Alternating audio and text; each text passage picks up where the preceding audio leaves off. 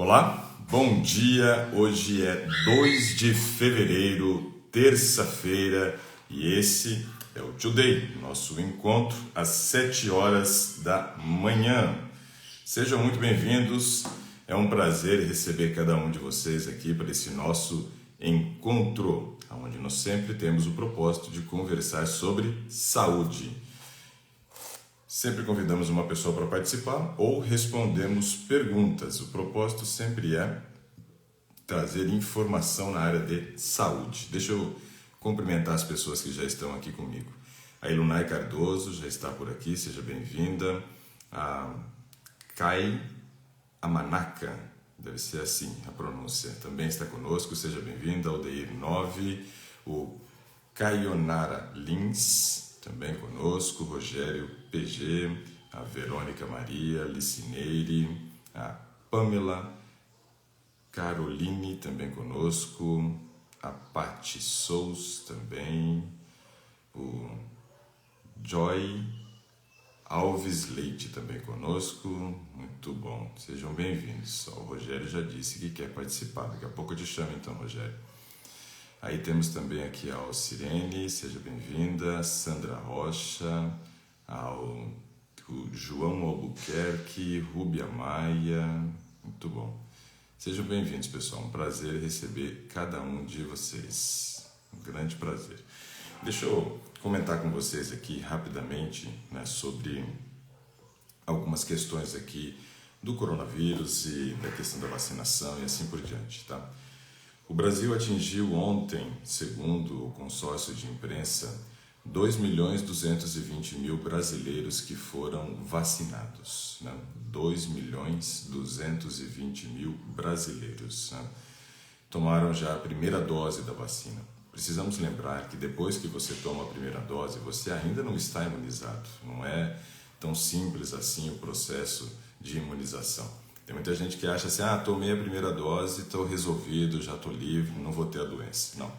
Primeiro, que a gente já sabe que a vacina, em muitos casos, não vai evitar a contaminação, mas ela vai evitar que essa pessoa que seja contaminada chegue a um caso grave da doença e muitas vezes venha morrer. Então, a vacina ela vai ter uma eficácia grande para evitar a mortalidade, mas não para evitar a contaminação. Então, esse é um aspecto bem importante que a gente tem que considerar com relação à vacina. Outro aspecto é que são 2 doses que precisam ser administradas para que você realmente tenha um grau de imunidade, né, satisfatório. Então, tem 2.220.000 brasileiros que tomaram a primeira dose da vacina. Então, vamos ficar aí com cautela, continuar mantendo todos as proteções que são recomendadas aí nesse período de pandemia, evitar aglomeração, sair somente o necessário, continuar usando máscaras, ou seja, nós vamos ser vacinados, mas porém o cenário vai continuar o mesmo, para que a gente consiga ter uma efetividade no controle da pandemia. E aí uma outra notícia correlacionada ao número de doses que chegará ao Brasil, porque nós sabemos que o Brasil está com uma escassez aí, no número de doses de vacina para a população.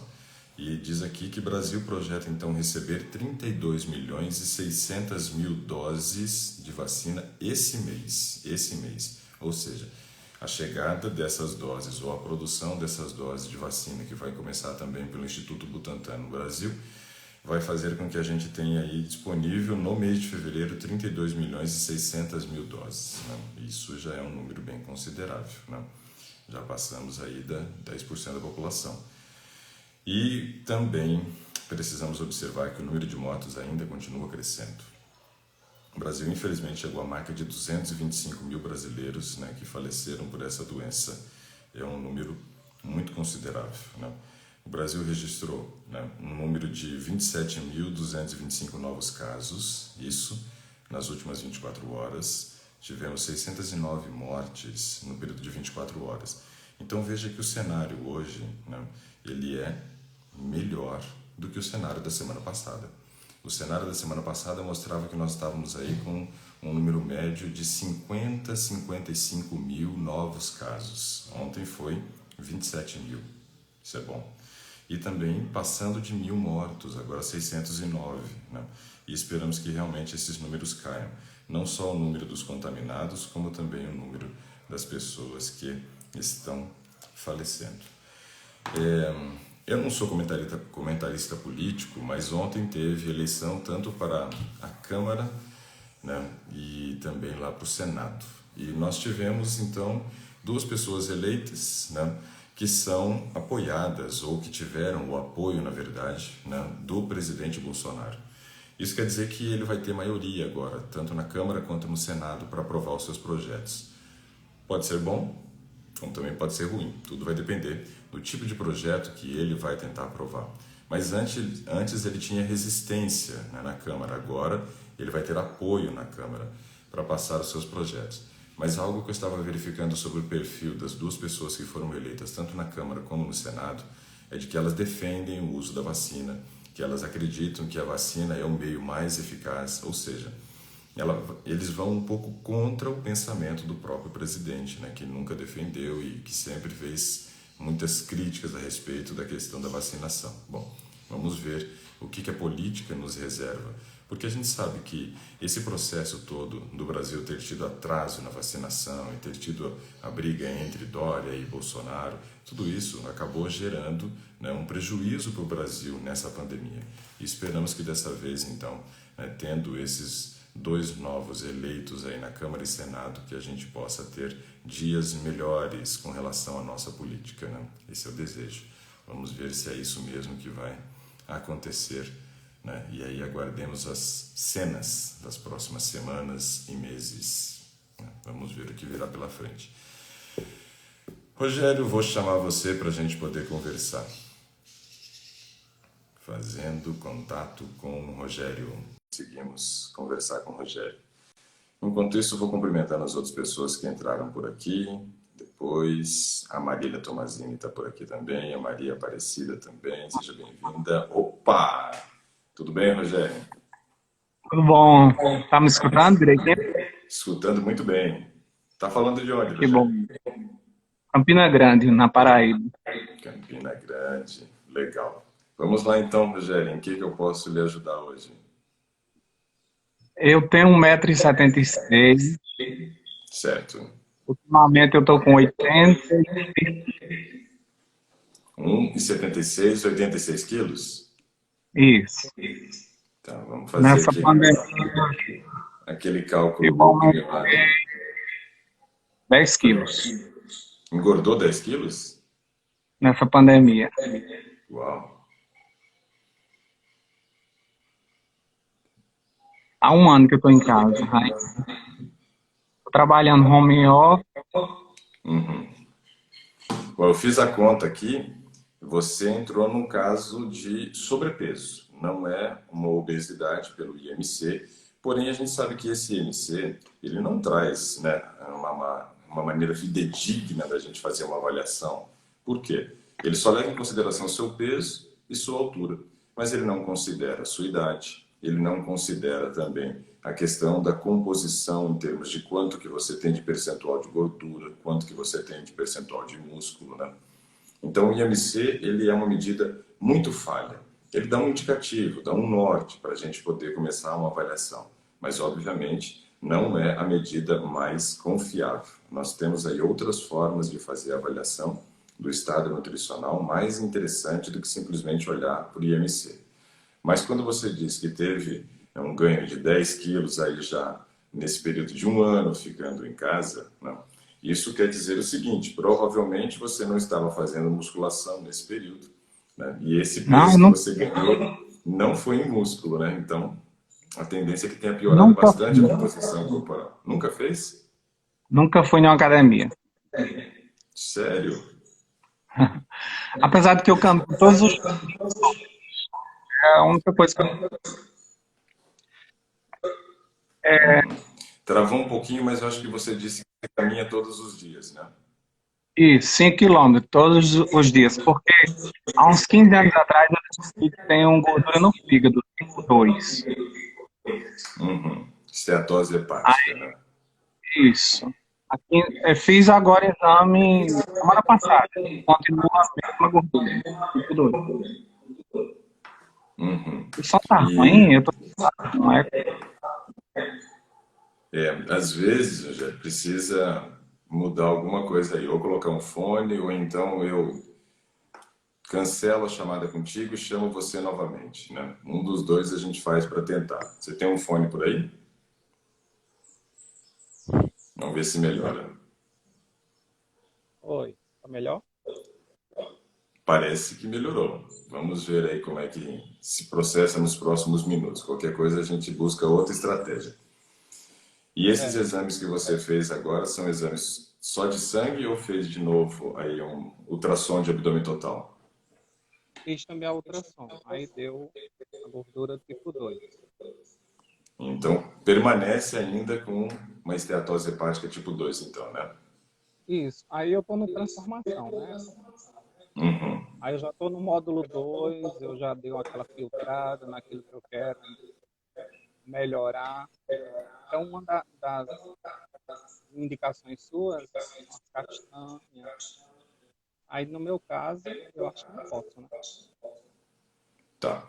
Então, vamos analisar algumas coisas. Primeiro, quando a gente pensa numa gordura no fígado, para que ela seja formada, essa gordura dentro do fígado, precisa ter algumas condições específicas para que isso ocorra. A primeira condição que a gente tem que ter para a formação de gordura no fígado é uma sobra de carboidrato na corrente sanguínea. Ou seja, quando a gente come gordura, obviamente isso já é gordura, não vai precisar ser transformado em nada. Não, o organismo já tem uma tendência a fazer os depósitos de gordura. Mas quando a gente tem sobra de carboidrato, ou seja, a gente faz uma refeição e comeu uma quantidade maior de carboidrato que precisava para aquele momento, o nosso cérebro vai pensar assim: eita, por que, que o Rogério comeu tanto carboidrato? Sinal que ele não sabe quando vai comer de novo. E aí o organismo pega aquela sobra de carboidrato que tem, joga para o fígado.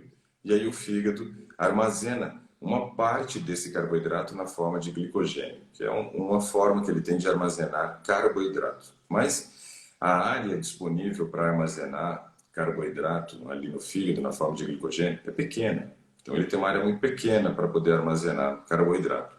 E o restante ele vai transformar em triglicerídeo. Nesse exame que você fez agora, você tem aí um nível de triglicerídeo, qual foi o resultado? Tenho sim. Que aí a gente vai conversando em cima dele e explicando para você como é que funciona esse processo de formação de gordura. Porque quando a gente entende como ela é formada, a gente já começa a entender também o processo de volta, o que tem que ocorrer. Né? Deu 205. 205, ok. O triglicerídeo, ele é uma medida, né, de um tipo de gordura que circula no sangue. Antigamente, o triglicerídeo, ele era considerado ideal, um nível máximo de 150 miligramas. Agora eles fizeram uma nova adaptação há poucos anos atrás e jogaram para 200, né? Eu não vejo isso como sendo algo favorável. Para mim, o ideal é que o triglicerídeo esteja abaixo de 150. Só que aí, veja só, nós temos que compreender o seguinte: quais são as gorduras que nós temos no organismo e quais são as gorduras mais perigosas. Então, nós temos gordura em 4 regiões do nosso corpo. Quais são? Temos a gordura que circula no sangue, temos a gordura que é armazenada no fígado, temos a gordura que é armazenada em volta dos órgãos, chamada de gordura visceral, e temos uma gordura que fica embaixo da pele, que a gente chama de subcutânea, que é aquela que a gente consegue pinçar com as pontas dos dedos. Temos esses 4 tipos de gordura. Dentre essas gorduras, nós temos cada uma gerando um risco para a saúde. Né? A gordura subcutânea é aquela que gera menos risco, a que está debaixo da pele, que a gente consegue pinçar, é a que gera menos risco. Porém, ela já traz para a gente uma notícia ruim. Se ela está alta, é porque as outras também estão altas. Então, esse é o fator ruim da gordura subcutânea. E para mulheres eu digo que essa gordura ela gera, né, problemas de depressão, que aí a mulher se vê lá no espelho, consegue começar a pensar essa gordura e isso mexe muito com a cabeça dela. Com a cabeça do homem, não mexe tanto. Então não é uma gordura tão perigosa se a gente fosse avaliar. A questão é que as outras já têm alteração para que essa seja formada. Aí nós temos a gordura visceral. Essa gordura que fica em volta dos órgãos, ela gera um risco, sim. A gordura dos órgãos que estão na região abdominal, né, que estão em volta desses órgãos, gera um risco para o diabetes tipo 2. E a gordura visceral que está na região do tórax, né, ela dificulta o trabalho do pulmão e favorece o risco, então, para uma apneia, né, ou uma hipopneia. E hipopneia quer dizer que você tem um fluxo de oxigênio menor entrando em cada respiração. E a apneia, quer dizer não, então não pneia, não tem entrada de ar em alguns momentos durante o sono. As duas condições são ruins, tanto a hipopneia quanto a apneia, mas a apneia é pior. Aí vamos então para a gordura agora do fígado. Essa já é uma gordura muito perigosa, porque essa daí já vai interferir muito no trabalho do fígado. E o fígado é o órgão do metabolismo. Sabe, a gente precisa compreender que tudo, absolutamente tudo que entra pela boca e é absorvido no intestino, antes de cair na circulação e ser distribuído por todo o nosso organismo, vai para o fígado. Ele é absorvido, todos os nutrientes, todas as toxinas, todas as medicações, os metais pesados no intestino e é conduzido via uma veia chamada veia porta para o fígado. Então veja, o fígado vai metabolizar tudo, Rogério, absolutamente tudo. Alimentos, medicamentos, álcool, drogas, né? Tudo vai para o fígado. Imagina, quando eu começo a fazer depósitos de gordura no fígado, eu começo a interferir nesse trabalho metabólico do nosso organismo. E aí eu começo a gerar inúmeros problemas correlacionados ao mau funcionamento do fígado. Por isso é muito importante nós mantermos o nosso fígado íntegro aí, né, sem essa gordura dentro. E aí vamos analisar então o seguinte. Essa é uma gordura perigosa e uma gordura que ela é formada pela sobra do carboidrato.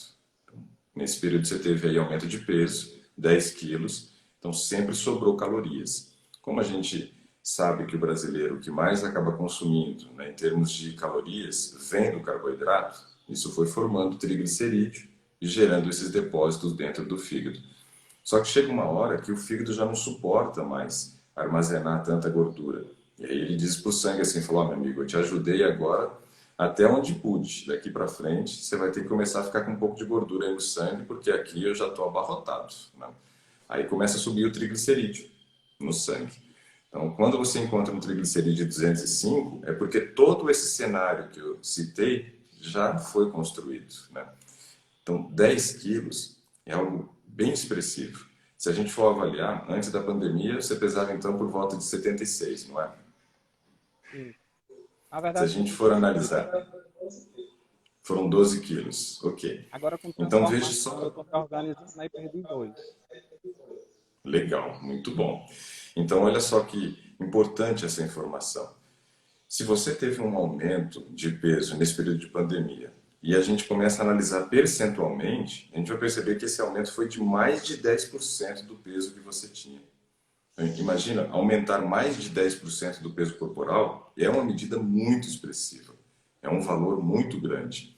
Então, isso daí que gera preocupação para nós, porque aí não está correlacionado somente ao problema do fígado. Daqui a pouco a gente vai ver o resto dos exames, mas aí eu já sei outras coisas que também vão sendo alteradas nesse momento, mas não vou citar, senão o povo vai falar que eu sou vidente, estou fazendo adivinhação. Mas não, são consequências, né, desse processo. Ó, a Lee Harry disse que ganhou 5 quilos aí no período da pandemia. Eu perdi 6, né? Eu não gostaria de ter perdido nenhum grama. Eu perdi 6. Então veja que chegamos num nível onde o fígado está abarrotado, ele não está suportando mais. Já estamos numa esteatose grau 2 e o máximo é o grau 3, né? Então temos que retornar ao padrão original de funcionamento. E aí cabe uma informação aqui que eu acho fantástica, que é o seguinte: a esteatose hepática é um problema que pode ser revertido. Então isso é muito bom, uma notícia ótima. Então quer dizer que os danos, o estrago que foi feito pode sim ser revertido. E isso é uma notícia muito boa. Como você já teve essa redução de 2 quilos e vem dentro de um processo agora de redução de peso, quanto mais peso você vai perdendo, mais associado à atividade física, né, maior é a chance de você ir promovendo esse processo de limpeza hepática. Além do que, nós temos que analisar mais dois aspectos importantes para que eu consiga realmente promover essa redução da gordura que está no fígado. Além de consumir, então, menos calorias para que me favoreça a perda de peso associada à atividade física, eu tenho que pensar no padrão da alimentação que eu vou ingerir. Pensando em redução de gordura hepática, dois aspectos, como eu falei, são muito importantes. O primeiro, aumentar a ingestão da fibra. A fibra tem um papel muito interessante no processo digestivo. Ela vai gerar volume nas fezes, se for a fibra solúvel.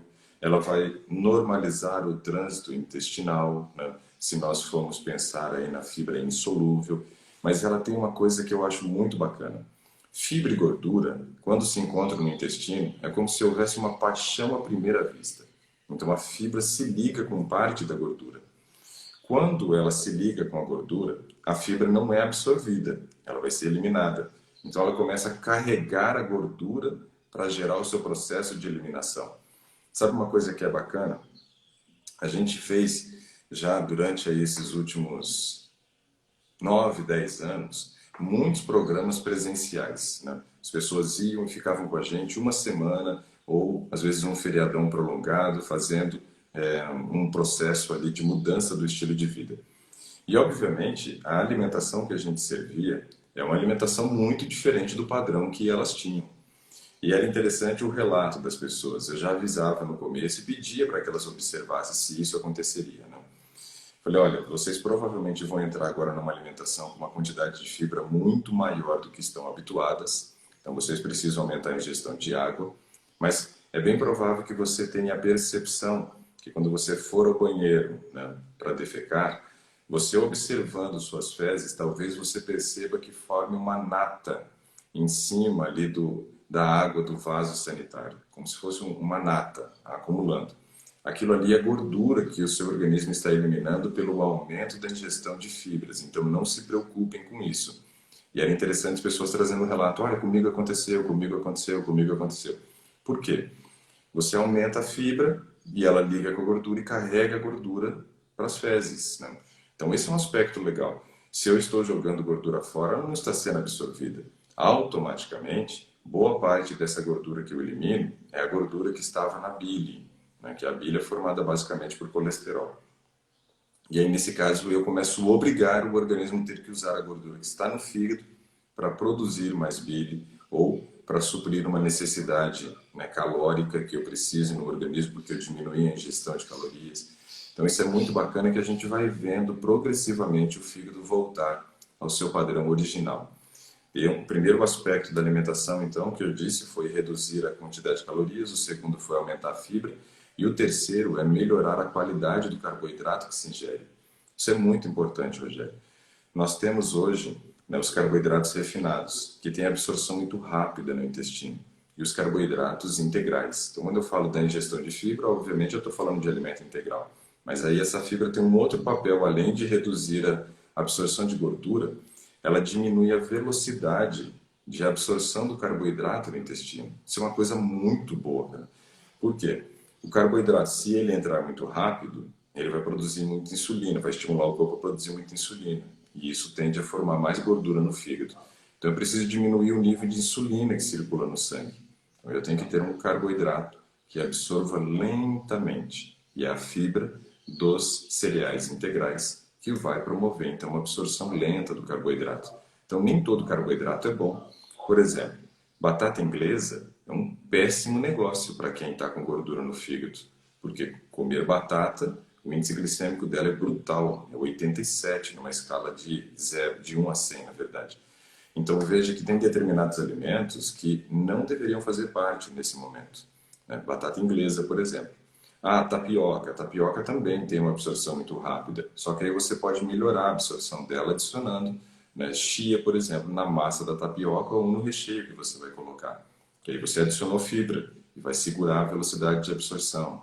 Então tem técnicas que você pode utilizar aí, mesmo que o alimento não seja com um índice glicêmico tão bom, ainda consigo reduzir um pouco. Agora, como o da batata inglesa é muito alto, esse nem adicionando fibra eu sugeriria o uso dela e trocaria pela batata doce, que de 87 o índice glicêmico cai para 54. Então é bem melhor, absorve bem mais lento. Então, essa observação é importante. A qualidade do carboidrato que se está ingerindo, né? Isso ajuda muito, né? Eu vi umas pessoas falando aqui da questão do peso aqui, Rogério. A Virgília diz assim, eu perdi 5, a Lucy, que também está, né, no transformação, disse que no período da pandemia ela reduziu 8, né? Então é assim, né? Uns reduzem, outros aumentam, mas a tendência é que houve, com certeza, aumento do peso, né? Entendeu essa parte do fígado, o que a gente precisa fazer para começar o processo de mudança?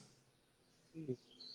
A minha vida toda eu sempre tive depressão, pânico, transtorno de ansiedade e tudo isso eu desconto na comida. É, De a 2015 tendência para cá eu normal é decidi. essa. Infelizmente, a Mas tendência aí normal desses problemas emocionais é descontar na comida. De cada 10, 9 descontam na comida. eu costumo dizer que eu como uma vez no dia. É da hora que acordo, da hora que vou dormir. É. Porque eu como muito Esse, nos intervalos. esse beliscar, Rogério, é muito ruim para essa questão do fígado. Não só para isso, né? Mas para outros aspectos. Por exemplo, cada vez que eu como, meu organismo vai ter que metabolizar aquilo que eu comi, né? Ou seja, vou ter que fazer a digestão e vou ter a metabolização disso depois. No processo de metabolismo, uma das coisas que eu vou precisar é a insulina, que é justamente o hormônio que eu falei que a gente quer baixar, né? Baixar. E aí, se no caso você beliscar várias vezes ao dia, você não vai reduzir a insulina. E não reduzindo a insulina, não reduz, né, o processo da esteatose hepática, porque sempre vai estar estimulando a produção de gordura no fígado. Então, um dos aspectos importantes é você conseguir trabalhar a redução da insulina. Então, começar a trabalhar esse conceito, né, de buscar uma outra válvula de escape, do jeito que eu explico lá dentro do programa. Claro que isso não acontece da noite para o dia, não. Se fosse assim um passe de mágica, era muito bom, mas não é. Então, o que você vai precisar, Rogério? Você já assistiu a aula do loop do hábito, que se diz que está no módulo 2. Lá na aula do loop do hábito, a gente mostra, por exemplo, o seguinte: eu tenho uma deixa, uma rotina e uma recompensa que eu busco. Então, a deixa, vamos pegar aqui, ó, a ansiedade, né, a síndrome do pânico, né, ou a própria depressão, a condição de humor ruim. Então, essa é a nossa deixa. Não estou passando por um momento bom emocional. Minha rotina, descontar na comida. Recompensa, buscar dopamina, que é o hormônio do prazer. É sempre assim. Em cada 10 pessoas, como eu disse, 9 ganham peso por causa disso. Na hora que vem uma crise de ansiedade, uma crise de estresse ou um pânico, a pessoa acaba buscando uma válvula de escape. De cada 10, 9 usam o alimento, porque ganham peso. E a recompensa sempre é a mesma. Eu quero dopamina. Quero dopamina. Então, o que nós precisamos entender? Que essa rotina do comer, quando vier um problema emocional, tem que ser modificada. E aí, o que nós temos que levar em consideração? A recompensa tem que ser a mesma. Eu tenho que continuar recebendo a dopamina que eu quero, o prazer que eu quero naquele momento. E óbvio, né? Como estamos falando de problemas emocionais, também trabalhar na resolução dos mesmos. Mas enquanto ainda não temos a resolução deles, temos que buscar uma outra rotina que vai te ajudar a conseguir dopamina sem ter calorias embutidas. Então vamos analisar isso daqui. O que gera prazer para você hoje, Rogério? Coisas que te dariam prazer, além do comer. Prazer não calórico, eu digo.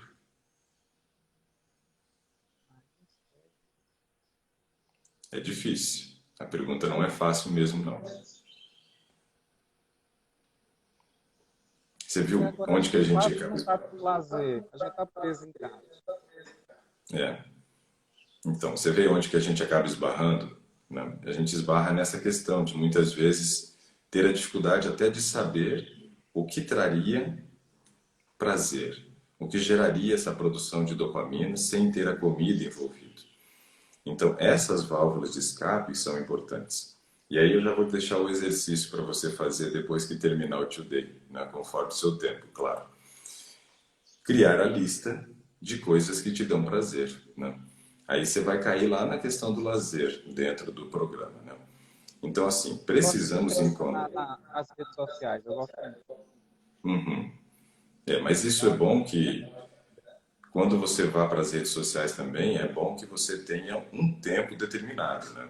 Não simplesmente pegar o celular e ir para a rede social sem um tempo determinado, porque aí você piora a gestão do tempo, que é outra coisa que a gente analisa dentro do programa. E se piorar a gestão do tempo, aí lascou, porque aí você vai começar a ter pouco tempo, né, para questões que são pertinentes, como trabalho, como dedicação à família, né, como você estar envolvido em atividades, né, que são pertinentes do dia a dia, porque o tempo passa e o tempo voa, né? Isso daí é um ditado que continua, não vai mudar, né? Só que a poupança Bamerindos não continua mais numa boa, mas o tempo continua passando, continua voando, né? E quando a gente entra na rede social, se a gente se distrai demais, né? Quando a gente observa, o tempo já foi. E aí, ao invés de ser um benefício, acaba virando até um prejuízo no fim das contas. Eu gosto de assistir muito aqueles negócios de talentos lá, principalmente os americanos e os ingleses, né? Eu Aquelas gosto. crianças cantando, eu fico impressionado com aquilo. Então, de vez em quando eu vou e tiro um tempo para assistir isso com as minhas filhas, né? E o tempo passa ali, cara. Às vezes deu uma hora e meia, eu falei, nossa, já foi tudo isso, né? Então, assim, é muito rápido. Então, tentar determinar um tempo quando você for para as redes sociais, né? Para fazer esse ajuste e não prejudicar no seu desempenho de outras atividades durante o dia. Então, digamos que você vai separar aí meia hora de manhã, meia hora à tarde, meia hora à noite. Ou é uma hora e meia do dia, mas tudo bem. Se é uma coisa que vai te aliviar na questão da ansiedade, do pânico, e vai fazer com que você não desconte na comida, eu acho válido. Só que aí o que você vai fazer? A hora que você pegar o celular para entrar nas redes sociais ou ficar aí de bobeira no celular, você vai colocar o timer, vai ligar o timer. 30 minutos regressivos ali. E ele vai contando. Deu os 30 minutos, o celular desperta, e aí é hora de ir para uma outra atividade. Não continuar nessa atividade. Então, o timer vai te ajudar muito. Vai trazer o prazer que você espera, de repente vai tirar o foco da comida, que é justamente o que a gente quer nesse momento, porém não vai prejudicar o seu desempenho em outras áreas porque você determinou um tempo. E aí você vai começar a perceber que isso vai te ajudando a criar uma rotina e vai melhorando também a sua administração do tempo, né? Então isso é E a interessante, ó. caminhada, Ah, a caminhada não, eu só ia gosto dizer que a muito. Rose disse assim, ó, que o artesanato, né, em madeira foi o que livrou ela da depressão. Então você vê, encontrou uma válvula de escape. Pode falar da caminhada. A caminhada me dá muito prazer. Eu caminho já Legal. muitos 5 quilômetros todos os dias. Mas não Que é nem bom que pela já. saúde, mas para a cabeça. Mas você começa a oxigenar o cérebro, você diminui o batimento cardíaco, você diminui a frequência respiratória, porque você melhora a captação do oxigênio durante a atividade física, porque você é obrigado a usar o diafragma. Traz, né, a produção de endorfina, que é um hormônio que gera relaxamento no nosso organismo, diminui os pontos de tensão na musculatura e, obviamente, isso ajuda muito no controle emocional. A atividade física é um dos grandes aliados que nós temos no controle das emoções. E você pode sim ter uma atividade física que traga o benefício físico, mas que traga também o benefício mental. Ou seja, ela te traz duas coisas ao mesmo tempo. Então é muito interessante. Ela pode entrar como sendo um momento de lazer. Eu, por exemplo, o meu futebol aos domingos, quando eu posso ir, para mim é uma ótima fonte de prazer, não só uma atividade física. Porque é um momento que, além de praticar o exercício, tem os momentos que você está fora, está conversando com amigos, está jogando papo fora, como o pessoal diz. E isso é muito interessante. Para minha cabeça, isso faz muito bem. Faz muito bem. Então, assim, a atividade física é uma das fontes, então, sua de lazer. Então, você vai criar na sua lista lá, ó, caminhada, né? Uma segunda que você vai colocar é passar um tempo nas redes sociais. Segunda, mas eu quero que você tenha mais opções, mais opções. Porque aí no momento que você estiver percebendo que está usando ou está tendendo a usar a comida como fonte de escape, você corre para a tua lista e escolhe um da lista ali que esteja apto a você fazer naquele momento. Tirar o foco. Isso é muito importante. Tem que ter essa válvula de escape. Ó, a Nanda disse aqui, ó, que ela está aprendendo a gostar da musculação. Isso é bom. Transformação ele está me organizando bastante. Eu estava todo fora de eixo. porque eu não gosto de água, nunca gostei. Então, para você ter ideia, eu tomava um copo de água por dia. Aí, com transformação, eu estou tomando 1 litro. É pouquíssimo Ó, ainda. não, mas de um copo para 1 litro você melhorou quase 5 vezes, né? Porque um copo tem uns 200 ml, mais ou menos. Para 1 litro, são 5 vezes mais. Ô, louco, então já melhoramos muito. Tem que melhorar Tem ainda duas, mais? Claro, mas isso é aos poucos. tem 2 semanas que eu estou fazendo só as 3 refeições. Uau, E é legal, hein? horrível, mas eu estou tentando. É Aí, horrível, a água é que ajuda, né? ajuda, porque quando você tem, às vezes, né, aquela sensação de fome, aquilo não é fome, muitas vezes é sede. Mas veja só como é que o nosso cérebro funciona. O nosso cérebro, Rogério, ele sempre vai trabalhar para poder conseguir aquilo que ele quer. Então ele vai usando todas as artimanhas, digamos assim, que ele teria, né? Ele gera para você então sede. Aí o Rogério não gosta de água, não é acostumado a beber água, não bebe água. Aí o cérebro fala assim: pô, mas esse miserável não vai beber água, eu preciso de água, senão não funciona direito. Né? O que eu mais tenho aqui de composição é água, eu preciso de água. Aí ele manda outra mensagem para você beber água. Aí você não bebe água de novo. Aí na terceira vez, sei lá, o cérebro fala assim: não, tem que buscar uma estratégia diferente. Aí ele desencadeia a fome, que na verdade não é fome, era sede. Mas quando ele desencadeia a fome, você vai e come alguma coisa. Quase todo o alimento tem uma grande quantidade de água. Então ele te obriga a comer alguma coisa, porque ele sabe que mesmo que venha calorias que é prejudicial, vem a água que é essencial nesse momento.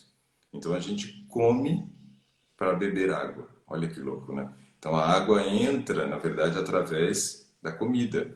Só que se a gente for avaliar quantas calorias tem em 1 litro d'água? Zero.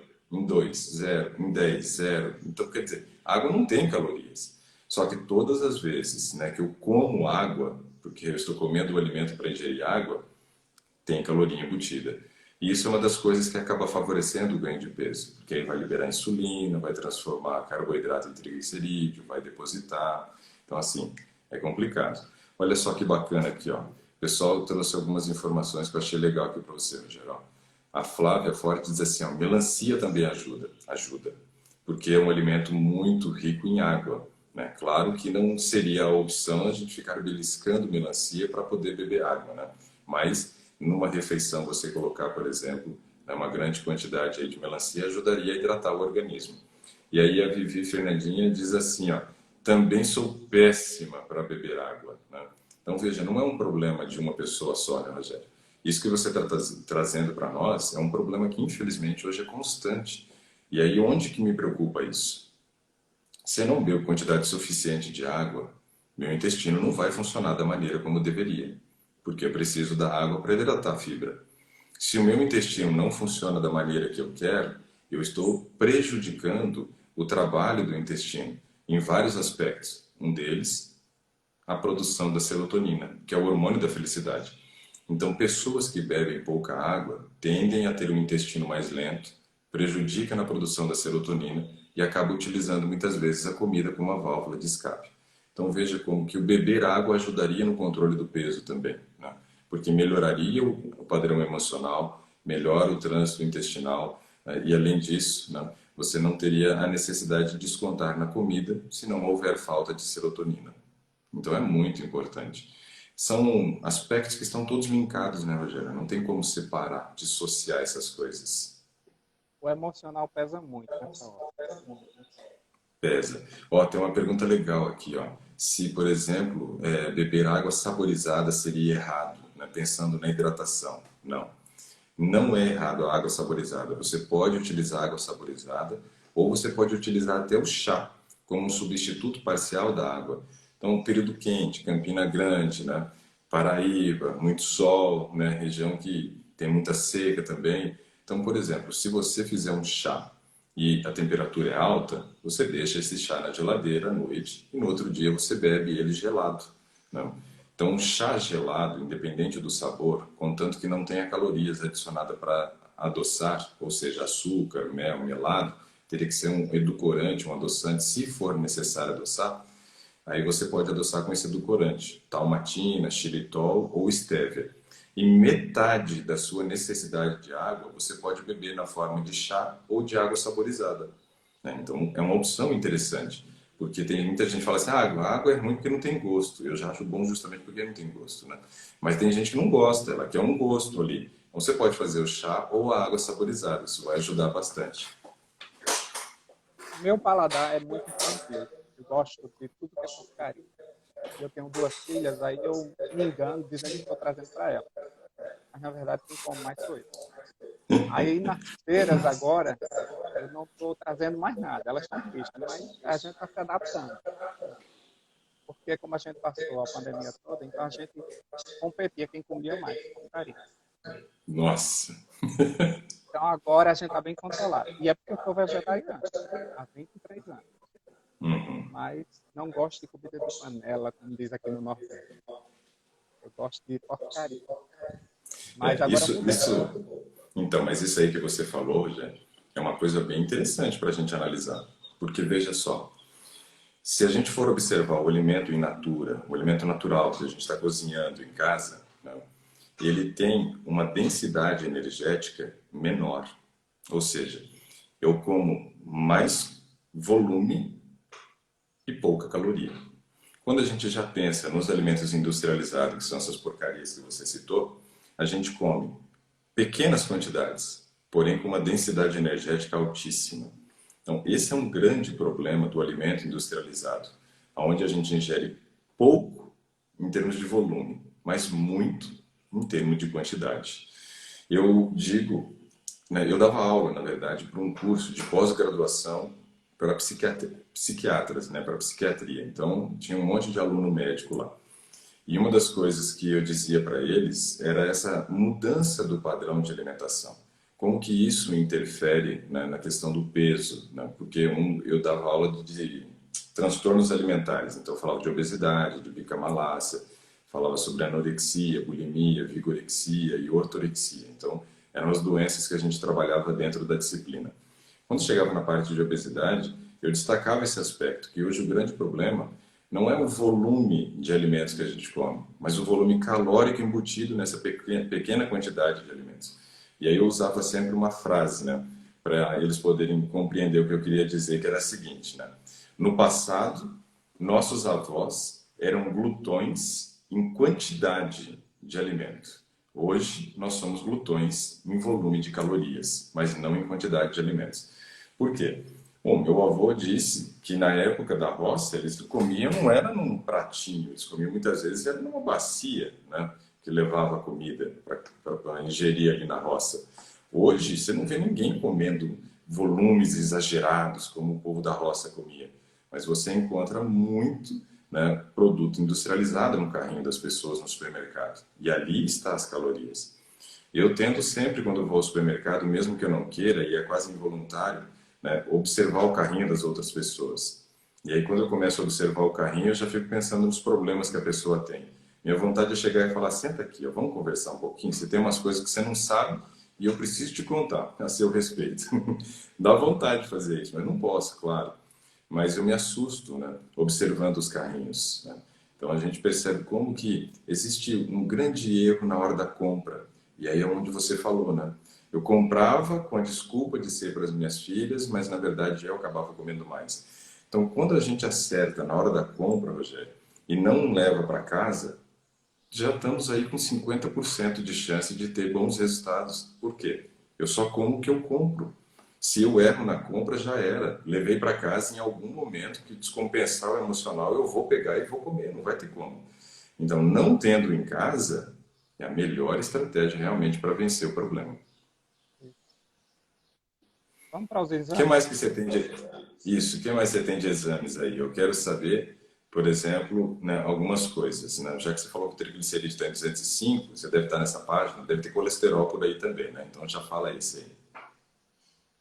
Tem. Na mesma O página do colesterol, triglicerídeo deve estar o colesterol. o total está 196. É, já está no limite considerado normal para a ciência, que é 200, mas para mim abaixo de 150 é o normal. O HDL está 52. Tá bom? O HDL tá bom, né? Quando você faz essa caminhada, isso tem ajudado. E o não HDL, 144. Ok. Agora esse não HDL que eu quero saber aí quais são as frações aí, como é que elas estão. Deve ter o LDL. LDL 112. Bom, 112, Rogério, já passou do 100.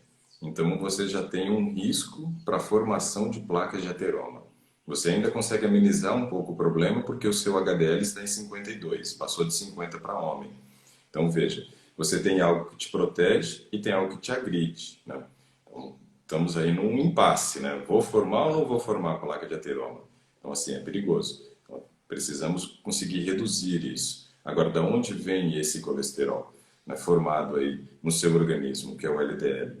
Ele vem dos alimentos industrializados que você comia e continha gordura vegetal hidrogenada, que era o problema, né?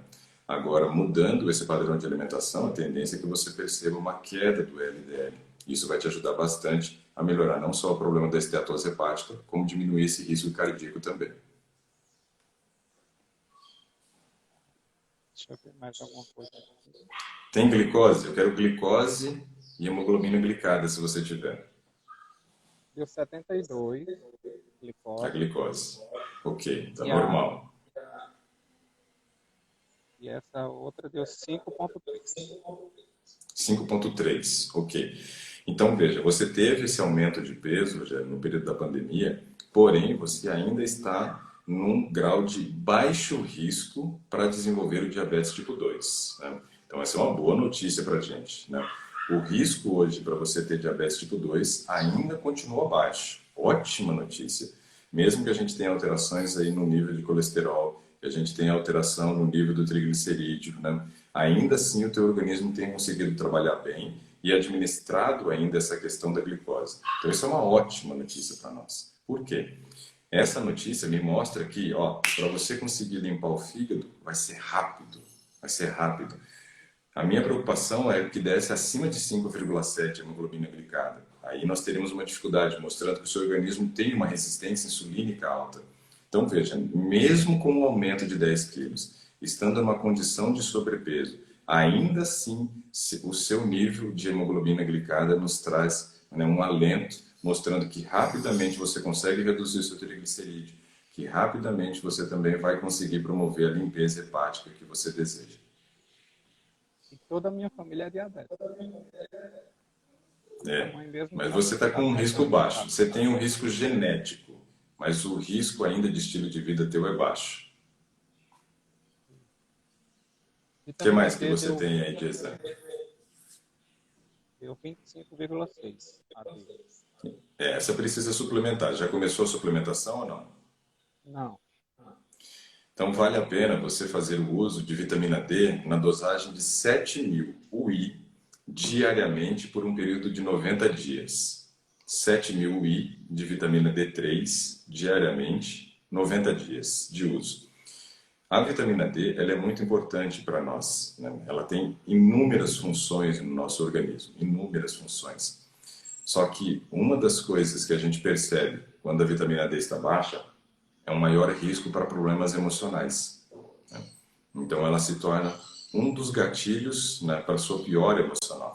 E a melhora na vitamina D vai ajudar então nesse controle emocional. A da Flávia, ela escreveu aqui que a dela deu 19,5. No seu caso, Rogério, você está num nível que a gente chama de insuficiência. No caso da Flávia, abaixo de 20, já está num nível que a gente chama de deficiência, ou seja, a vitamina D dela está pior.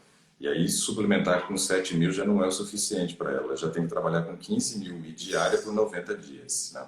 Então, veja que a gente vai fazendo os ajustes conforme a gente vai descobrindo aí os resultados na insuficiência, deficiência, ou no caso mais grave, que é abaixo de 10, né? Vamos lá, o que mais? Está 755. Excelente, muito bom. Você sabe que... Então, isso está ótimo. E você sabe que a deficiência de B12 também pode gerar uma condição de piora emocional. Então, veja, hoje, baseada nas duas vitaminas que têm uma relação com o funcionamento, né, do cérebro, uma está normal e a outra está abaixo. Corrigindo, já vai te dar um suporte melhor para você administrar mais a questão emocional. Então, isso é bacana.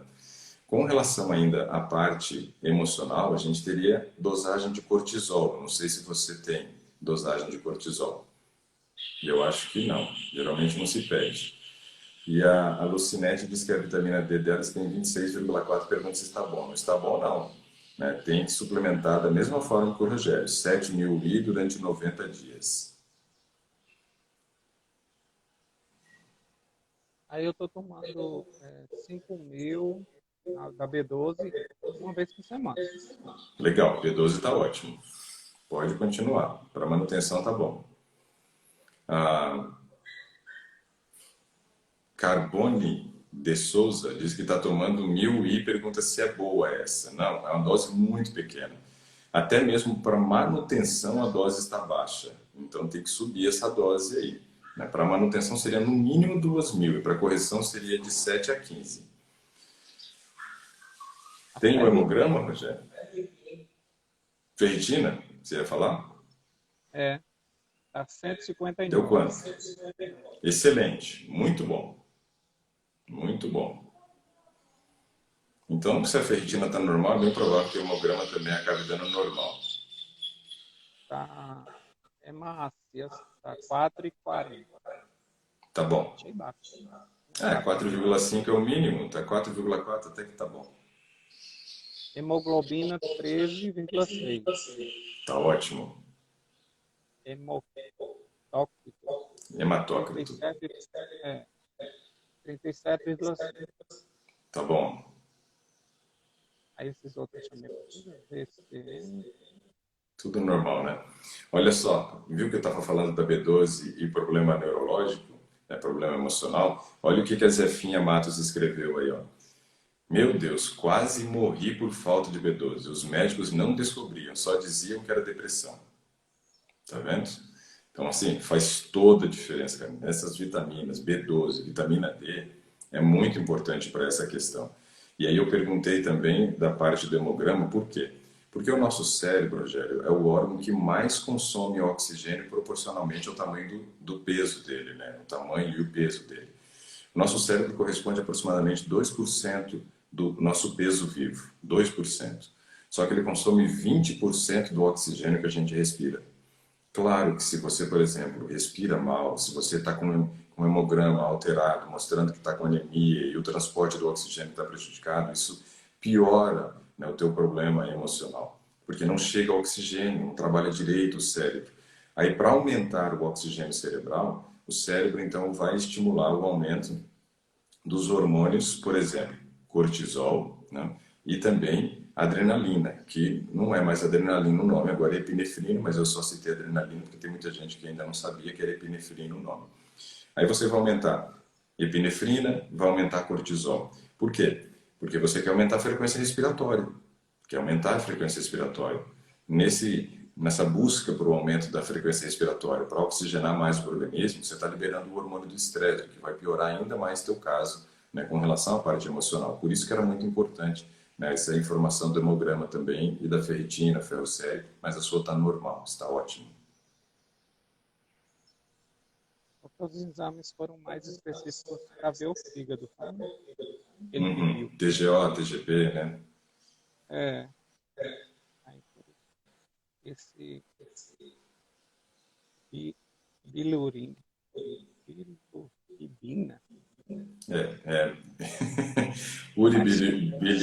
Bilinogênio, que são as partes agora para analisar se você tem bilirrubina circulando na corrente sanguínea. Albumina. Albumina é legal, é uma proteína importante para nós. 4,5. Está normal. Quando a gente, por exemplo, tem albumina baixa, Rogério, a gente começa a ter edema, inchaço no organismo, porque não consegue manter a água dentro da corrente sanguínea. E aí ela extravasa. Você urina mais, ou seja, sobrecarrega a função renal, mas também retém mais líquido no espaço intersticial. Isso acontece em pessoas que ficam muito tempo numa UTI. Isso daí deve ser meio que o padrão, né? Observar sempre o nível de albumina para quem está internado, fica muito tempo internado. Você tem aí TGO, TGP, Gama GT? TGO, TGP e Gama GP, tem? mas deixa eu te falar o que eu me lembrança que eu falo. Eu sempre acordo 86 quilos, eu sempre me peso depois da caminhada. 86. E quando eu vou dormir, 88. E eu me Uma sinto muito retenção de inchado. líquido, uma retenção de líquido de até nesse valor que você falou é normal, né? Porque no outro dia você amanhece com o mesmo peso que você estava no dia anterior. O problema é se você, por exemplo, fosse dormir com 2 quilos a mais e acordasse com esses 2 quilos a mais, né? Aí isso seria problema. Então, como você retorna o peso, aí não é problema, porque mostra que você tem um edema formado durante o dia, e isso é normal para todos nós, mas no dia seguinte você já está normal. Agora, se você, por exemplo, deitasse inchado e acordasse ainda com retenção de líquido, aí seria problema. Aí a gente já começaria a investigar outros hormônios, né, além dessa proteína, né, não só a albumina no caso. Aí a gente já tem que investigar PTH, que é o paratormônio, né, que tem a ver com a regulação aí de cálcio e minerais na corrente sanguínea, né, e outros aí, o ACTH, que é o hormônio adrenocorticotrófico. Aí esses já parte para um outro tipo de investigação, mas nesse caso é tranquilo. Aí TGP 109. Eita, tá muito alterado. Muito, mas muito, não é pouco, né? Tá mais do que o dobro, Rogério. Você acha que você tão bem. Tá mais do que o... Pois é, ele tá mais do que o dobro permitido, né? Então tá bem alto. Mas vai melhorar. 61. Tá também um pouco alterado. Não muito, mas tá alterado.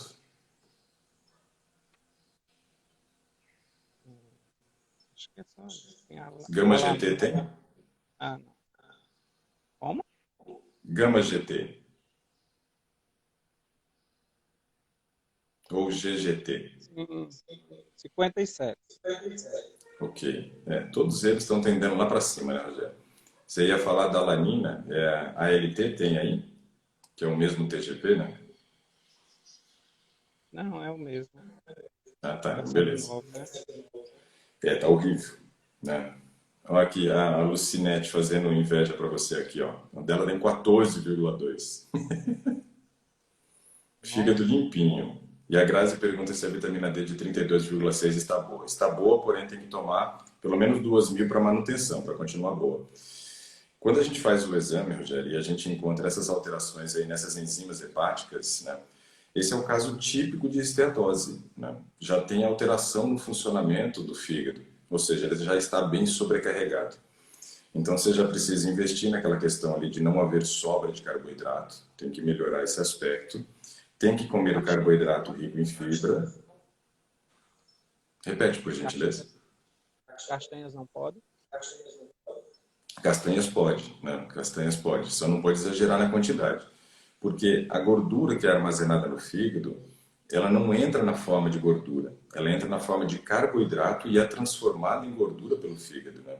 Então, geralmente, o que mais favorece o aumento da gordura dentro do fígado, gerando esteatose hepática, é o carboidrato. Carboidrato de péssima qualidade em grande quantidade, né? Isso é muito ruim. E também essa questão das frequências de alimentação, né? Quanto mais vezes você come ao dia, mais você libera insulina, mais gordura você forma no fígado. Mesmo que esteja sendo péssimo, como você disse, né? Comer só 3 vezes ao dia é algo que vai te conduzir aí para a salvação, né, desse fígado, né? Não, eu imagino. Porque tem uma pesquisa que foi realizada na República Tcheca, é muito interessante, né? Enquanto a gente vai falando aqui, eu vou procurando ela. E essa pesquisa, ela foi feita, né, na República Tcheca utilizando pacientes diabéticos, né? E quando você pega um paciente diabético, a primeira coisa que o médico diz para esse paciente, quando ele descobre um diabetes, é de que ele vai ter que comer várias vezes ao dia, porque senão ele vai ter hipoglicemia, e aí ele vai passar mal, e vai morrer, e não sei o quê. Pois é. Aí essas pesquisadoras resolveram fazer uma pesquisa diferente, né? Elas começaram a fazer a pesquisa onde elas utilizaram 2 padrões de alimentação. O primeiro padrão de alimentação foi dividir 1.500 calorias, que é o que eles ingeririam durante o dia, em 6 refeições. Então, comeriam 6 vezes ao dia. O outro grupo já faria a ingestão de 1.500 calorias, mas comendo 2 vezes ao dia, né? Você está comendo 3, eles iam comer 2, né? Então imagina, bem mais restrito, né, esse aspecto aí. E olha só o que aconteceu. O grupo que estava comendo 2 vezes ao dia, depois de 3 meses, passou a comer 6. E aí eu elimino a diferença dos indivíduos, né? E o grupo que comia 6 passou a comer 2 vezes ao dia. E aí elas eliminaram, então, as diferenças de uma pessoa para outra. Estou aqui procurando onde que está o trabalho que eu queria mostrar para você aqui, que é muito interessante, um gráfico para você entender por que às vezes dá dor de cabeça e assim por diante. Achei. E depois de 3 meses, então eles trocaram de grupo, então a pesquisa levou aí 6 meses para ser feita. E eles encontraram esses resultados aqui, ó. Aqui está o gráfico dos resultados, ó. Claro que vocês não vão conseguir ver da melhor maneira possível, mas eu quero destacar um gráfico só para você entender essa fala que você falou, que você disse aí. Quando nós, por exemplo, comemos, estamos num horário, né, pós-refeição, que a gente chama de pós-prandial, a glicose sobe e eu preciso liberar insulina. Depois da refeição, a glicose começa a cair. Quando ela chega num nível muito baixo, você precisa liberar o glucagon, que é o hormônio que faz o contrário da insulina. A insulina te mantém saciado, porque ele é liberado após a refeição, e o glucagon ele é liberado quando cai a glicose para gerar fome. E olha só que interessante. As pessoas dizem que tem que comer várias vezes ao dia, né? Para você não sentir fome, porque ficar muito tempo sem comer gera fome, né? E que isso daí é tortura para os pacientes e assim por diante. Veja, o menor nível de glucagon foi encontrado nas pessoas quando elas estavam comendo 2 vezes ao dia. Então olha aqui, ó, no gráfico, ó, tá vendo? Aqui, ó, é o grupo B2, ó, grupo B2. Olha como que reduziu o nível de glucagon. Está escrito glucagon aqui do lado, ó. Então o nível de glucagon caiu brutalmente nas pessoas enquanto elas estavam comendo 2 vezes ao dia. Mas olha o que aconteceu no grupo que comia 6 vezes ao dia. Aumentou. Aumentou. Então o que a gente conclui disso daqui, Rogério? A gente conclui que quanto mais eu como, mais eu tenho vontade de comer. Então você comendo menos vezes ao dia, isso vai te ajudar a diminuir essa ansiedade pela comida. Vai chegar um momento que você vai perceber que você vai conseguir se saciar bem comendo só 3 vezes ao dia. Eu como 2 vezes ao dia na maioria dos dias. Na maioria dos dias, né? Então ontem, por exemplo, eu comi pela manhã. Era por volta... Eu acho que era umas 8h30 da manhã que eu comi. Depois eu precisei sair para resolver um monte de coisa que eu tinha para fazer na rua. Tinha fisioterapia, tinha que ir na escola das meninas, tinha um monte de coisa para fazer, fazer compras e tal. Eu fui comer ontem, depois que eu cheguei. Era 8 da noite, né? Eu cheguei tarde, né? O costume é comer mais cedo. Mas eu comi 8h30 da manhã e voltei a comer somente 8 horas da noite. Estava com fome? Sim, estava com fome. Mas não desmaiei, não tive vertigem, não tive a vista ficando embaçada, não tive suor frio. Ou seja, o meu nível de glicose ainda continuava normal, mesmo depois de praticamente 12 horas em jejum. Cheguei, fiz a minha refeição, pouco tempo depois, né? Já fiz uma refeição leve, fui dormir. Então, veja como que depois que você sai desse padrão, né, você consegue se saciar e ficar tranquilo. Mesmo que o meu estômago tenha começado a roncar por volta de umas 4h30 da tarde, né, ou 4 horas da tarde, acho que foi, e ainda falei para minha esposa, falei, nossa, vou fazer fisioterapia, acho que o fisioterapeuta vai até escutar meu estômago roncando, né? Porque eu já tinha começado a roncar naquele horário. Só que eu estava com um nível de glicose normal. Agora, deixa eu te contar uma coisa aqui para a gente finalizar, Rogério. Quando eu fazia a faculdade de zootecnia, que foi minha primeira faculdade, eu entrei e passei no vestibular lá com 16 anos. Então, imagina, metabolismo super acelerado, né? Nessa época. Eu comia o tempo todo. E ele dizia assim, não, é porque eu estou em fase de crescimento, não, é porque eu sou jovem, não, é porque eu faço muita atividade física. E não era. Não era por causa disso. Era pelo motivo de comer um alimento que não me dava saciedade. Que não me dava saciedade. Tem gente perguntando o que eu comi de manhã para ficar saciado por tanto tempo. Ontem. Esse negócio da memória é um problema, né? Lembrar o que eu comi ontem. que eu comi ontem? Não lembro. Se eu lembrar, eu falo. Mas nessa época de adolescente, aí, no começo da faculdade, eu comia assim, Rogério. Eu comia 7h30, 7 horas da manhã. Aí eu comia 9h20 no intervalo. Eu almoçava ali por volta de meio-dia, meio-dia e meio. Depois eu comia no intervalo de novo, 3h30. Depois eu comia por volta de 5h30 para ir nadar. E depois eu comia quando chegava em casa depois da natação. Então veja, eu comia o tempo inteiro. Literalmente comia o tempo inteiro também. E achava que era impossível comer só 3 vezes ao dia, como o meu avô dizia que as pessoas faziam na roça. Ele disse assim, ó, meus funcionários na roça tomam café da manhã, trabalham no Cabo da Enxada até às 11, param para almoçar, voltam para o Cabo da Enxada até o final do dia, chegam em casa, tomam banho e aí vão comer de novo. Né? Eles comiam só 3 vezes ao dia. E eu ficava pensando, falei, caramba, tem alguma coisa errada mesmo, né? Porque os caras trabalhavam no Cabo da Enxada, trabalho pesado, e comia só 3 vezes ao dia. E eu aqui comendo o tempo inteiro, não é possível, tem alguma coisa errada. E eu achava que eu tinha algum problema, que era a minha fase de crescimento, ou porque eu era adolescente ainda. Né? Eu terminei a primeira faculdade de 5 anos com 21 anos, né? Então eu entrei bem cedo. E eu ficava tentando analisar e descobrir como é que pode, né? Tem alguma coisa errada nessa história. O problema não era o meu organismo, o problema era o que eu colocava para dentro do meu organismo, né? Então esse é um dos grandes problemas também para sentir desejo para comer várias vezes ao dia, o padrão de alimentação que você tem. E óbvio, o segundo, o padrão emocional. Então a gente tem que trabalhar nos gatilhos, né, que são os problemas emocionais, tentar mudar a rotina, né? Então crie sua lista aí de prazer, né, de coisas que vão te dar prazer, né? Porque isso vai ajudar você a tentar usar isso como a sua válvula de escape quando descompensar emocionalmente. Melhorar o padrão da alimentação é algo que a gente já viu que é importante, né? Então focar em aspectos como esse. E eu tenho certeza que em muito pouco tempo você vai realizar o exame, né, para poder verificar como é que está o seu fígado e vai descobrir que você não tem mais a esteatose, ou de 2 já passou para 1, né? Mas está fácil para você resolver, porque você não tem resistência insulínica. Então você está numa condição boa. É só a gente começar a administrar esses aspectos que estão pegando ainda. Que bom. Muito obrigado. O Transformação ele está me ajudando muito a olhar para esse lado emocional que eu não tinha prestado atenção. Eu pensava que era mais questão da alimentação, que eu precisava mudar a alimentação. Mas aí o emocional ele pesou mais nessa hora de mudança. Então eu estou muito melhor e apenas com 2 semanas. Muito obrigado. Incrível, né? Eu que agradeço a confiança, Rogério. Mas o que eu acho incrível é como que o nosso corpo reage rápido. Você já reduziu 2 quilos em 2 semanas, né? Já conseguiu compreender que o seu padrão de comportamento alimentar não tem a ver em ser glutão, mas tinha a ver em buscar válvulas de escape.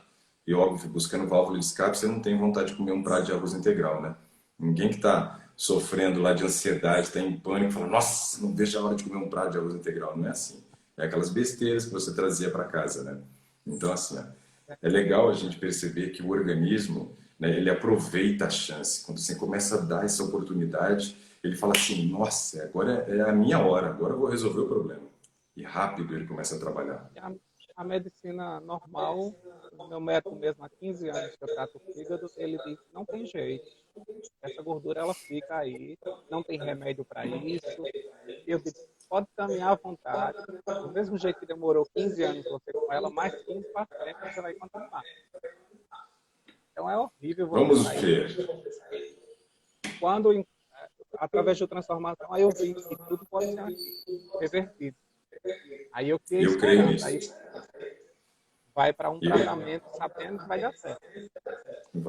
Eu creio nisso, Rogério. Eu já vi tanta história de doenças que a segunda medicina não tinham solução e foram solucionadas. Eu tive paciente que tinha osteopenia e aumentou a massa óssea. Cara, você não tem como contestar. Você tem um exame aqui que diz que você tem osteopenia. 2 anos depois, 3 anos depois, você tem um outro exame dizendo que a sua massa óssea aumentou. Como é que você vai dizer que é impossível? Não tem como.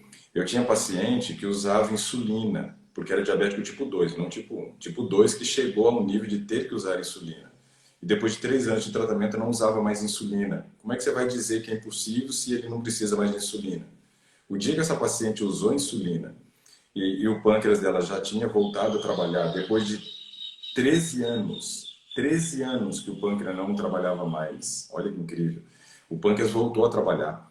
Aí ela tomou insulina, aplicou insulina, né? E o pâncreas produziu insulina. E a glicose dela caiu muito rápido.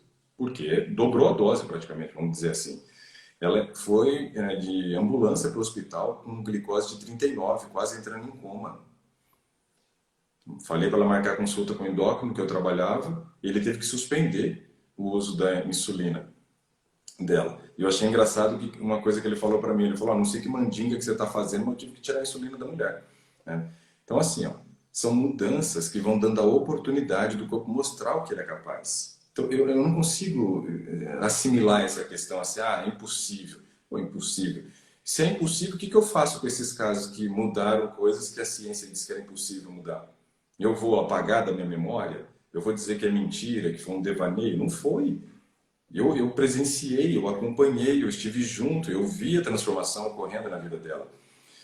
A Emília, que fez também a transformação, a Emília tinha uma inflamação no fígado tão grande que o fígado aparecia, era visível, ele empurrava a pele, de tão inchado que ele estava, né, com esteatose, assim por diante. Hoje você olha para a Emília, ela emagreceu lá seus 12 quilos e desapareceu o problema, não tem mais o problema. Então como é que eu vou dizer que isso daí, né, é uma coisa assim, não acontece? Eu ouvi, ela contou, né, então não tem como. Tem coisas que, por mais que falem que é impossível, para mim é possível. Porque para Deus tudo é impossível, é possível, né? Para Deus tudo é possível. Então não existe a palavra impossível. Se Deus quiser, Ele vai realizar uma obra, só que Ele realiza através do seu grau de consciência, da implementação de mudança, porque Ele também deixou orientação do que era certo para a gente. Então, assim, não existe impossível nesse aspecto aí, não. Não existe, não. Daqui 6 meses, mais ou menos, você refaz o seu ultrassom, e aí nós vamos ver o que aconteceu. E aí depois você dá o testemunho do impossível. O médico falou que era impossível, está aqui o resultado. Olha, eu tive um amigo, o Alessandro Sasson, né, que sofreu de refluxo 3 anos, cara. 3 anos sofrendo de refluxo. E estava com um diagnóstico positivo para hérnia de hiato. E o médico disse: olha, daqui 4 meses você volta e nós vamos refazer o exame e vamos marcar a sua cirurgia. Então, já era certo que ele teria que fazer uma cirurgia. 4 meses depois, quando ele voltou, fazendo o tratamento que a gente estava orientando, deu negativo para a hérnia de hiato. Negativo. Então, como que você vai dizer que não acontece, que é impossível? Você tem um exame que disse que era positivo para hernia de hiato, você tem um outro que deu negativo para hernia de hiato. Você vai questionar que jeito? Não tem como questionar. Você vai questionar como o resultado dessa pesquisa que eu mostrei para vocês aqui, mostrando que comer 2 vezes ao dia ajuda a controlar a glicose melhor. Você quer ver? Eu vou mostrar um outro gráfico desse aqui, só para vocês terem uma noção. Como que é impressionante. O pessoal fala assim, tem que comer a cada 3 horas para poder emagrecer. Olha aqui, ó, nesse gráfico de novo. Ó. Tá vendo o A6? É o grupo que comia 6 vezes. Olha quanto que eles reduziram de peso ali. Ó. Um pouquinho mais de 2 quilos. Olha o grupo B2, reduziu quase 4 quilos. Ou seja, quase que o dobro de redução de peso, comendo menos vezes ao dia. Vai questionar que jeito isso? Vai dizer, não, é mentira, não é verdade? Não, não tem como. Olha esse aqui, então. Esse daqui está falando sobre a redução de glicose no sangue. Não, o médico disse que eu sou diabético e que eu tenho que comer 6 vezes ao dia para reduzir minha glicose no sangue. Olha o tanto que reduziu a glicose no sangue o grupo que comia 6 vezes. Olha o tanto que reduziu quando o grupo estava comendo 2 vezes. Ficou quase o dobro do resultado. Como é que questiona essas coisas? Como é que diz assim, não é possível, não é possível? Não existe isso, cara. Não existe isso. Não. Olha esse outro gráfico aqui, ó. Esse outro gráfico, né, é muito interessante aqui também. Ele está mostrando a questão de como que você despende energia do organismo. Então, olha só, no grupo, né, de sobrecarga de trabalho do corpo, no grupo que comia 6 vezes, você percebe ali que desgastou mais o organismo, que sobrecarregou mais o organismo em termos de metabolismo, porque comia 6 vezes. Ou seja, comer menos vezes vai dar descanso para os órgãos. Né? Então, assim, como é que questiona? Isso aqui é pesquisa científica, só que a pesquisa científica aqui não tem rabo preso, que as pessoas querem falar a verdade. Então, assim, Tem coisa que é revoltante você escutar um médico dizer assim, olha, você vai tomar esse remédio para sempre. Bom, para sempre. Para sempre é muito tempo, né? Ou para o resto da vida, né? Que aí é pouco tempo, parece que está acabando a vida, né? Não dá. Então, assim, eu tenho certeza, Rogério, que daqui a pouco tempo nós vamos estar fazendo essa conversa de novo. E você vai estar dizendo, olha, já tive redução de tanto de peso, já tenho me sentido muito melhor, refiz alguns exames bioquímicos aqui, o meu TGO, o TGO que estava em 109, agora ele já está aqui em 70, está em 40, né? Ou seja, está revertendo a doença. E daqui a uns dias você vai estar contando uma história diferente. Eu tenho certeza disso. Eu tenho certeza. É só seguir o plano, segue a transformação do jeito que é orientado ali para fazer. Você já teve redução de peso em 2 semanas e muitos outros resultados virão, já não tem como. A partir do momento que você mudou o sentido, você para de andar no caminho que é um caminho, né, que a gente chama lá da dor, sofrimento e morte, a rota destrutiva. Você entrou numa rota construtiva. Agora não tem mais volta. É só continuar nela e os resultados vão ser colhidos. Que bom. Eu acredito nisso. Rogério, fico muito feliz, né, de você estar participando do Transformação Vital, mas ter participado do Today hoje, compartilhado com as pessoas, né, esse problema e dar também para as pessoas, né, um incentivo de que é possível a mudança, porque em 2 semanas você já tem colhido frutos, né, da tua transformação. E imagina, em 2 semanas já tem 2 quilos de redução, imagina o que vai ter daqui 1 mês, daqui 2, daqui 3, daqui 6, daqui 1 ano. É outro Rogério, né? Vai ser outro Rogério. Vai ser o Rogério dos 76 quilos, vai ser um Rogério que vai administrar bem o padrão emocional, né? Vai ser um Rogério que não vai estar mais preso a muitos vícios, né, que a vida vai nos impondo. Eu tenho certeza disso. Meu muito obrigado.